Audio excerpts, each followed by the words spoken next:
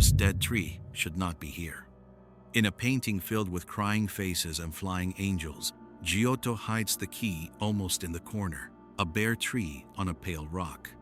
It looks lifeless, almost forgotten, but look at what it does.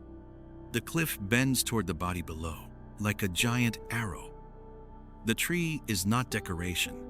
It is the starting point of the painting's emotional fall. So the question is simple. Why did Giotto place this dead tree above Christ's body? At first, the scene seems easy to read. Christ has been taken down from the cross. Mary holds him close. The people around them grieve in different ways. Some collapse, some reach out, some stand frozen. But this is only the beginning. Giotto does something unusual. He does not put Christ in the center. He pushes the most important moment down to the lower left. Then he uses the landscape to pull our eyes there. Follow the rock again, from the tree, down the slope, directly into Mary and Christ. This is where the painting changes. The tree is not just above the scene. It controls how we enter it. In older religious images, sacred figures often seem distant, almost outside ordinary life. Giotto brings them down to earth. The bodies have weight. The people take up space. Grief feels physical. And the tree helps make that world feel real. It grows from the same harsh ground where the mourners kneel. A bare tree, a stripped landscape, a body without movement. Everything speaks the same language: loss. But look closer. A dead-looking tree in a Christian scene is rarely only a dead tree. One possible reading is obvious. It mirrors the death below. The branches are empty. Nature itself seems to mourn. But there is another version. The tree may look dead because it is winter, and winter is not the end. It is a pause before spring. This matters because the painting is not isolated. It belongs to the Scrovegni Chapel in Padua, a cycle about Mary and Christ. And the nearby scene that follows is not another death, it is the resurrection. So the tree becomes more disturbing and more hopeful at the same time. It stands over death, but it may already contain the promise of life returning. To understand why, we need the chapel itself. Giotto painted these frescoes for Enrico Scrovegni, a wealthy Paduan patron. The chapel is a space about salvation, judgment, sin, and hope. Across its walls, story after story moves toward one question: can humanity be saved? Now look at the tree again.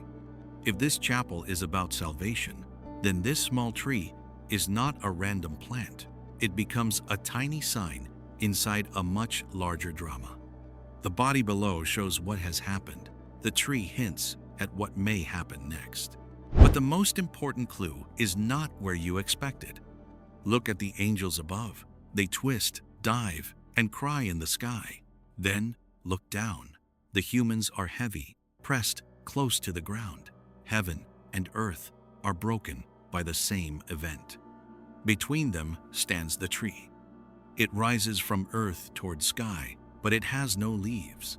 It connects two worlds, yet it looks empty. That is why the detail feels so strange. It is a bridge that seems broken, and still, Giotto places it at the highest point of the diagonal, as if everything begins there. Another interpretation connects the tree to the cross. In Christian thought, the wood of the cross can be understood as both an instrument of death and a path to redemption. The bare tree may quietly echo that paradox. A tree can mean life. A dead tree can mean loss. The cross is both. Giotto does not explain it. He makes us feel it. This is why the cliff matters. It is not a calm background. It pushes the story downward from the silent tree to Mary's face, from the promise of resurrection to the reality of grief. And when your eye reaches Christ, the tree is still there in your memory. The painting has trapped you between two moments: what is visible now and what is coming next. Now the detail becomes even more powerful. Giotto's real innovation was not only making figures look more natural, it was making sacred history feel human. Mary does not appear like a distant symbol. She bends over her son as a mother. The mourners are not arranged like icons. They react as individuals. Even the angels seem unable to control their pain. In this world, resurrection has not happened yet. The tree knows the ending. The people do not. That may be the hidden tension of the whole fresco. For us, the bare tree can be a clue. For them, in this exact moment, it is only silence. And that silence is what makes the painting unforgettable. Giotto does not show a miracle. He shows the second before hope becomes visible. He paints the space between death and belief. So when we return to the tree, it no longer feels like a background detail. It becomes the painting's secret clock. Bare now, possibly alive later.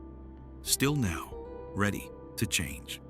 So maybe the question is not only why Giotto painted a dead tree. Maybe the question is, did he want us to see death first, or the possibility that death is not the final image?